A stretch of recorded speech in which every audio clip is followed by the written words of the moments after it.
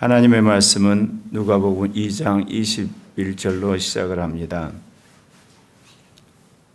모든 인류는 아담의 후손이지만 예수는 여자의 후손이라고 예언됐습니다. 여자의 후손으로 태어나신 예수 그리스도는 그의 삶을 한마디로 율법 아래 순종하셨다, 그렇게 이야기를 합니다. 그러면 예수 그리스도가 율법 아래 순종하신 이유는 율법에 매여 있는 우리를 해방하기 위해서 당신이 우리와 똑같은 인간으로서 율법을 실천하셨고, 마지막에는 율법에 예표된 바로 십자가에 죽고 부활하셨습니다. 그렇기 때문에 예수 그리스도는 역설적으로 율법을 지킴으로 우리를 율법에서 해방하신 우리의 구주가 되신 겁니다. 그렇다고 해서 예수 그리스도가 흔히들 말한 율법을 우리로부터 완전히 걷어내서 율법을 폐기한 것이 아니라 율법을 온전케 하려 오신 것입니다. 할례할 8일이 되매 그 이름을 예수라니 곧 잉태하기 전에 천사가 일컬음 바라라. 그러니까 예수님의 이름은 앞에서 언급한 것처럼 가브리엘이 장명을 해준 거죠. 예수라고 해라. 그래서 태어날 때 예수라고 이름을 지은 겁니다. 자기 백성을 자기 백성의 죄에서 해방할 자. 예수는 자기 죄를 해방할 자인데, 그 예수의 탄생에 대해서 이사야 선지자는 임마누엘이라 했어요. 그것은 하나님이 우리와 함께 하시다. 초림하신 메시아의 이름은 예수라 한다면 부활하신 주님의 이름은 임마누엘이 됩니다. 그러니까 자기 백성을 당신이 죄에서 해방한 다음에 그 다음에 당신이 성령 안에서 우리 안에 오심으로 임마누엘이 되시는 겁니다. 그래서 어떤 의미에서 우리가 초림주는 예수다 그러면 부활 후에 우리 안에 오셔서 영원토록 우리 안에 계시는 그분은 임마누엘이라 할 수가 있죠. 이제 모세의 법대로 정결예식의 날이 되니까 아이를 데리고 예루살렘에 이제 올라갔습니다. 왜냐하면 주님의 율법에 첫 해에서 처음 난 자마다 주님 앞에 바치라고 했기 때문에 마리아와 요셉이 그 말씀에 순종해서 그렇게 했던 것이죠. 또 주의 율법에 말씀하신 대로 산비둘기 한 쌍이나 혹은 어린 집필기 둘로 제사하려 함이라. 예수님이 태어나신 것도 보통 아이들이 태어나는 것이 아니라 둘자리 없는 마을 구육간에 태어나셨는데, 예수님의 집안 또한 풍족한 부잣집이 아니었어요. 물론 왕자로 태어나신 그것조차 우리가 상상할 수는 없는데, 예수님이 태어난 집안 자체는 또 가난했던 거예요. 뭐를 보면 아냐면, 여기서 하나님 앞에 제물을 바치는데 산비둘기 한 쌍이나 어린 집비둘기 둘로 제사했다. 가장 가난한 서민이 드리는 번제입니다. 그러니까 이 마리아와 요셉이 굉장히 가난했다는 거. 예수님의 어린 시절이 가난한 삶 속에서 이루어졌다는 거. 예수님은 하나님이신데 인간으로 오시는 그런 자기 비하, 자기를 비움의 그 놀라운 역사를 이루셨는데, 당신이 이 땅에 오시는 데 있어서 인간 삶에 있어서 가장 낮은 곳으로 오신 거예요. 그렇게 하시면 모든 인간을 섬기고 또한 구원하고 그들을 어루만지려고 오신 거예요. 우리는 거꾸로 모든 사람을 다스린다 그러면 제일 높은 자리에 와야 되잖아요. 왕으로. 그러나 모든 사람을 구원하려 오신 예수는 가장 낮은 자리로 오시는 거예요. 그거는 세상에서 인간을 해방하는 권력을 통한 해방과 정말 죄를 해방하기 위해 오신 예수의 자리는 정반대라는 겁니다. 그래서 우리가 복음을 전하는 데 있어서 여러분이 가장 강력한 세상에 둘도 없는 힘이나 부나 지혜나 능력을 가질지라도 복음을 전하는 사람 앞에서 여러분 자세는 누구보다 낮아지셔야 돼요. 그래야만 전도 대상자가 마음을 열고 복음을 받아들이는 겁니다. 왜 그렇게 능력이 많고 그리고 은사가 강력하고 말씀이 셌던 사도들이 한결같이 고난의 삶을 살았냐? 그거는 복음을 전하기 위해서 그렇습니다. 그러니까 복음을 반대하는 적대적 세력이 고통을 주어서 그들이 고난의 삶을 사는 것도 있었지만 또 하나는 복음의 전도 대상자의 마음을 열기 위해서는 이 사도들이 섬김의 삶을 살아야 됐기 때문에 그랬어요. 우리가 이제 복음을 전할 때 보면 꼭 그렇게 섬겨야 되나요? 파워가 있으면 그냥 예수를 받아들이던데요. 그거 어떻게 보면 맞는 것처럼 보입니다. 근데 여러분, 복음이 단순히 안 믿는 사람을 예수 믿게 하는 것만이 아니에요. 예수를 이미 믿는 사람을 복음에 합당하게 양육하는 것까지를 포함합니다. 복음을 전할 때는 잘 모르겠는데요. 복음을 듣는 사람을 정말 그리스도를 닮는 하나님의 사람을 키우는 데 있어서는 정말 섬기셔야 돼요. 그래야만 사람이 변화돼요. 그래서 사도 바울이 내가 그리스도의 고난을 내 육체에 채운다는 표현을 썼어요. 너희를 그리스도의 온전한 자로 세우기 위해서. 실제로 그래요. 그래서 사실 어떤 의미에서 전도는 하나님의 신적인 능력을 보여주고 또는 놀라운 그런 여러분이 가지고 있는 어떤 힘이나 파워, 지혜를 과시함으로 예수를 믿게 할 수는 있는데 정말 그 사람이 그리스도 안에서 변화되어서 거룩한 하나님의 제자로 만드는 데 있어서는 스승이 섬겨야 됩니다. 먼저 멘토가 된 사람이 섬겨야만 멘티가 변화되는 거. 제가 수없이 그걸 경험했어요. 그러니까 영적 권위가 있는 지도자의 말에 순종은 하는 것 같지만 그 사람을 정말 변화시키려면 감동을 줘야 돼요. 그러면 섬기셔야 돼요. 예수 그리스도의 삶이 한마디로 그러셨다는 거죠. 누구보다 정말 강력한 그런 파워를 가졌고 그래서 열심히 성경 말씀도 풀어주고 병도 고치고 천국의 비밀도 가르쳐줘서 수많은 민중들에게 하나님 나라의 복음을 전했지만 정작 제자들을 훈련할 때 예수님은 굉장히 제자들을 사랑으로 섬기셨다는가. 그래서 제자들이 그 모습을 보고 자신들도 훗날 목숨을 다해서 초대교회를 섬겼던 것을 보게 됩니다. 이제 이렇듯 예수님의 이제 탄생 이후에 8일 후의 어떤 행적을 기록함과 동시에 예수님이 예루살렘에 이제 들어가는데 여기 보면 시몬이라는 사람이 있습니다. 그는 의롭고 경건하여 이스라엘 위론을 기다리는 자라. 성령이 그의 위에 계시더라. 말씀드린 것처럼 아브라함부터 시작된 이스라엘의 역사가 말라기 선지자를 끝으로 성령의 기름 부음 곧 선지자의 역사가 성경에서 끝납니다. 그런데 갑자기 이렇듯 세례 요한이 등장하고 또 오늘은 시몬이라는 사람이 등장합니다. 성령이 임한 사람, 그들을 통해서 하시고자 하는 일이 뭘까요? 성령의 능력을 체험하고 하나님의 말씀을 대언하는 것도 있지만 핵심적인 것은 하나님의 아들 예수 그리스도의 등장을 증언하기 위해서 오늘 안나가 소개되고 있습니다. 시몬이 소개되고 있습니다. 그는 주의 그리스도를 보기 전에는 죽지 아니라 하는 성령의 지시를 받았다. 여기서 주는 하나님을 말하는 거죠. 하나님이 보는 그리스도가 올 것이다. 그 그리스도를 보기 전까지 너는 죽지 않는다는 말씀을 미리 받았다는 겁니다. 그런 의미에서 시몬은 참으로 축복받은 사람이죠.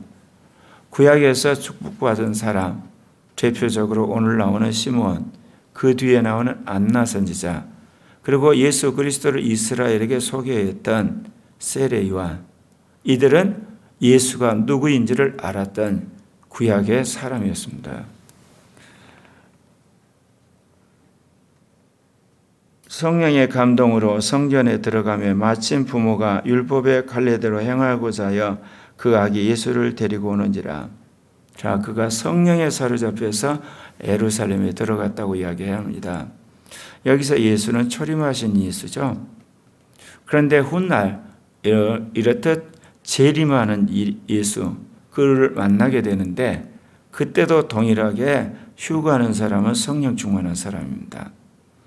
그러니까 아기 예수가 지금 예루살렘 성전에 엄마의 품에 안겨서 들어올 때 그 예수를 주님의 그리스도라고 알아본 사람이 누구였어요? 성령의 충만을 받던 여기 시몬이었어요. 마지막 재림할 때 예수님을 공중에 맞이하는 자들도 성령에 충만한 자입니다. 그래서 여러분이 잘 아는 10처녀 비유 아시죠? 5처녀는 하늘로 들림을 받았지만 5처녀는 들림을 받지 못했다. 근데 그들은 한결같이 이 등불을 가지고 있었잖아요. 그런데 한쪽은 기름이 가득했고 한쪽은 기름이 꺼져버렸어요. 막상 신랑이 온다니까 맞으러 갔는데 등불에 가득한 기름을 가진 자들은 환영하러 나갔는데 꺼진 사람들은 그 기름을 구하다가 때를 놓쳤다, 그렇게 나오죠. 이 등불이란 것은 예수 그리스도에 대한 믿음을 말하는 거고, 거기서 기름이란 것은 성령의 역사를 말합니다. 성령 충만한 사람만이 재림하신 신랑을 맞으러 나가고 곧 하늘에서 휴거를 해서 주를 맞이하게 되지만, 그러지 않은 자는 휴거하지 못합니다. 그래서 주님이 지난 120년 전에 성령의 놀라운 역사를 일으킨 것은 역설적으로 마지막 종말의 때 이 전 세계를 복음하고자 하는 주님의 뜻이 있는 것 분명 맞습니다. 성령 충만한 성도가 교회가 출현해야만 흑암에도록 아시아의 선교를 마무리할 수 있기 때문에 하나님이 마지막 선교는 성령 충만한 말씀에 무장한 사람들에 의해서 아시아 선교를 하는 주님의 뜻이 있죠.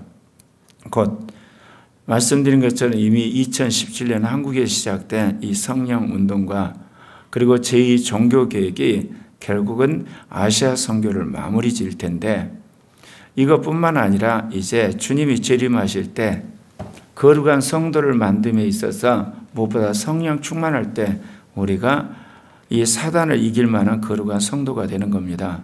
그래서 주님이 120년 전에 이 성령 운동을 일으켰는데, 여러분 놀라운 사실은 우리가 말한 1907년에 한국에서 성령 운동이 일어났던 사실을 아시죠?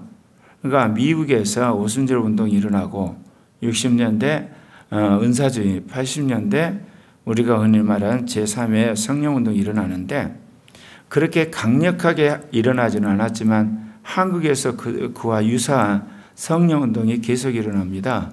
1907년 성령 운동이 일어나고요.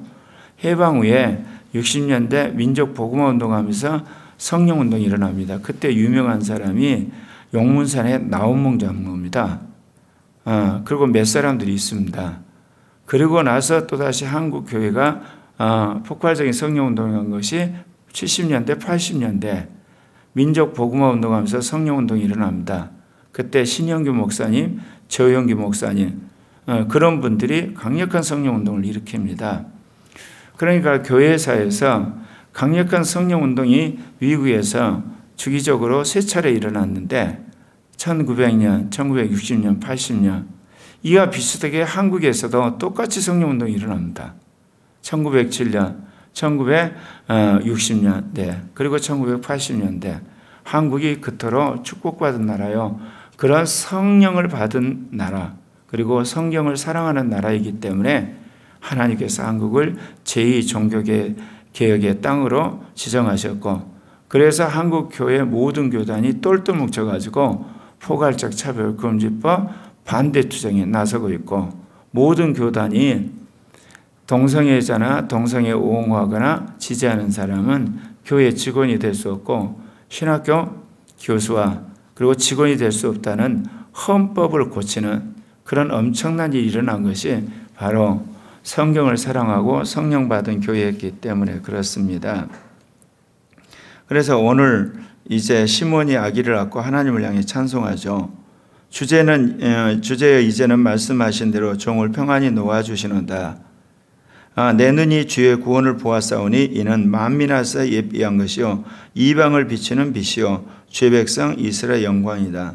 예수 그리스도의 앞으로 사명을 뭐느냐? 만민 앞에서 예비된 자, 만민을 구원할 자요, 또 이방을 비추는 빛이요 이방인에게 복음이 전파될 것을 예언하고 있습니다.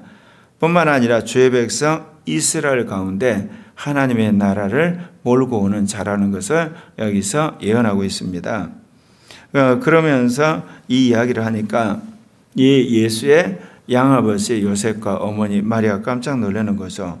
그러면 주님이 오늘 이 시몬을 통해서 이러한 예언을 하게 하신 것은 이 이야기를 들은 주변의 사람들이 훗날 예수의 증언자가 될 뿐 아니라 특별히 예수를 키우는 요셉과 마리아에게 예수의 사명을 다시금 확인시켜 준 거죠. 그러니까 예수가 태어날 때 하나님께서 동방박사라든지 그리고 밖에서 양을 치던 목자를 통해서 천사를 통하는 주의 계시를 이렇게 전달해 줘서 이 요셉과 마리아에게 확인을 시켰죠. 잉태할 때 천사를 통해 말씀, 또 이제 막상 태어났을 때 또 방문한 동방박사 목자들을 통해서 그리고 이제 8일 만에 예루살렘 성전에 들어갔을 때 오늘 여기 나온 시몬과 안나 선지자를 또 말해주는 겁니다. 그러니까 마리아 요셉이 아예 머릿속에 예수의 세명이 임박힌 거죠. 예수는 정말 비범한 자고 정말 하나님의 택하신 자구나. 이제 그렇게 인식을 하게 되는 겁니다. 우리 인생 가운데 우리가 하나님의 말씀을 한 번 들어서 되는 법이 별로 없어요. 중요한 것일수록 말씀을 주님이 여러 방법으로 여러 번에 걸쳐서 말씀을 하셔요. 왜 그러냐면 악한 마귀가 살다 보면 시험 들어서 말씀이 날아가 버려요. 그러니까 주님이 다시 또 듣게 해가지고 그를 인식시키시는 겁니다. 그래서 그 말씀이 계속 상기가 되므로 그 말씀을 믿고 순종하는 사람이 되는 거죠. 네. 그리고 나서 이제 예수 그리스도에 대해서 이제 그 시몬이 하는 이야기가 이런 이야기입니다. 이는 이스라엘 중 많은 사람을 패하거나 흥하게 하며 예수 그리스도의 복음이 전파되면 반응이 딱 나오죠. 한쪽은 거부해서 망하고 한쪽은 믿어서 흥하게 됩니다. 특별히 예수 그리스도 자신은 비방받는 표적이 되는 거죠. 그런데 이 예수를 낳은 마리아는 마지막 예수가 십자가에 못 박히는 장면을 보게 되죠. 그래서 오늘 여기 보면 칼이 내 마음을 찌르다 하리라. 비록 전의 몸으로 낳은 예수라 하지만 자신이 낳은 아들이잖아요. 근데 그 예수가 수많은 사람들 앞에서 십자가형을 받는 그 고통을 지켜봐야 했던 겁니다. 이는 여러 사람의 마음의 생각을 드러내려 함이라. 이렇듯 마리아에게는 찢어지는 그런 아픔이지만 예수가 이렇게 죽게 되면 예수의 죽음을 통해서 인간의 죄악상, 악함이 드러나게 되고 그들 가운데 끝까지 회개하지 않는 자는 멸망이지만 역사적으로 그걸 통해서 회개하는 자는 구원이 주어지는 역사가 있게 되는 겁니다. 그래서 여러분이 사도행전 8장인가 보면 제사장들이 예수를 믿는다는 표현이 나옵니다. 그러니까 예수를 죽일 때는 제사장들이 똘똘 뭉쳐가지고 예수를 죽이는데 공모를 하는데 죽고 나서 이제 사도들이 전하는 복음을 들었을 때 그들 중에 일부가 회개했다는 것. 그래서 우리는 처음에 예수를 믿냐 안 믿냐 중요하지만 인생 막판에 예수를 믿냐 안 믿냐가 더 중요합니다. 그래서 죄를 안 짓고 예수를 믿는 사람도 있지만 죄 짓고 나서 회개하고 예수 믿는 사람도 있습니다. 중요한 것은 어느 때를 막론하고 예수를 믿고 그 믿음을 끝까지 유지하는 겁니다. 이어서 여선지자 안나의 이야기가 나옵니다. 아셀 지파 바누엘 딸 안나라는 선지자가 일어나서 이제 그가 예수에 대해 증언하는데 나이가 몇 살이냐? 결혼해가지고 7년 만에 과부가 돼가지고 84세까지 독신을 산 겁니다. 얼마나 경건생활 열심히 했습니까? 근데 그가 성전을 따르지 않고 주야로 금식했다는 겁니다. 그 기도하는 가운데 하나님의 영을 받아서 선지자의 사명을 감당했어요. 근데 예수님에 대해서 뭐라고 그러냐면 하나님께 감사하고 예수님의 속량을 받는 모든 사람에 대해서 그게 증언했어요. 놀라운 사실은 구약의 선지자 중에 여선지자는 별로 나오지 않아요. 그런데 마지막 예수님을 증언한 선지자 중에 한 사람이 여선지자예요. 한마디로 남자만 성령을 받은 선지자가 된다는 걸 깬 겁니다. 주님 오시기 전에 이루어지는 놀라운 일 중에 하나가 뭐래요? 성령이 남자와 여자의 종들에게 임해서 예언할 것이라는 사도행전 2장 18절의 예언이 있죠. 그래서 제가 코리아 교회 개척할 때 아내한테 목사가 되라고 그랬던 거예요. 말세에 남자와 여자 그리고 자녀들, 청년들, 노인 전 세대가 성령을 받을 것이다. 제가 그 말씀을 레마로 받았기 때문에 코리아 교회 개척할 때부터 어린아이들, 청소년, 청년, 장년 모든 세대 성령운동을 지금까지 해오는 겁니다. 왜냐하면 마지막 때 주님 오실 때 여러분 휴가할 때 누구만 하겠어요? 나이 30대 이상 된 건장한 장년 남자 여자만 휴가할까요? 그러지 않죠. 적어도 어린아이를 뺀 모든 세대가 성령 받아서 휴가하는 날이 올 겁니다. 물론 나머지 어린아이들은 7년 환란을 통과해서 천년왕국에 들어가서 수백 년의 삶으로 천년왕국의 백성이 되겠지만 말입니다. 이제 주의 율법을 따른 모든 일을 마치고 갈릴리로 가서 본동네 나사에 이르러 아주 중요한 말씀이 나옵니다. 아기가 자라며 강하여지고 지혜가 충만하여 하나님의 은혜가 그 위에 있다. 예수 그리스도의 신성으로 말하면 예수님은 배울 것이 없어요. 잘할 것도 없고 성장할 것이 없거든요. 그러나 인간으로 오신 예수 그리스도는 오늘 여기 말한 것처럼 자라해지고 강하여지고 충만하여지고 그를 위해 하나님의 은혜가 임한 겁니다.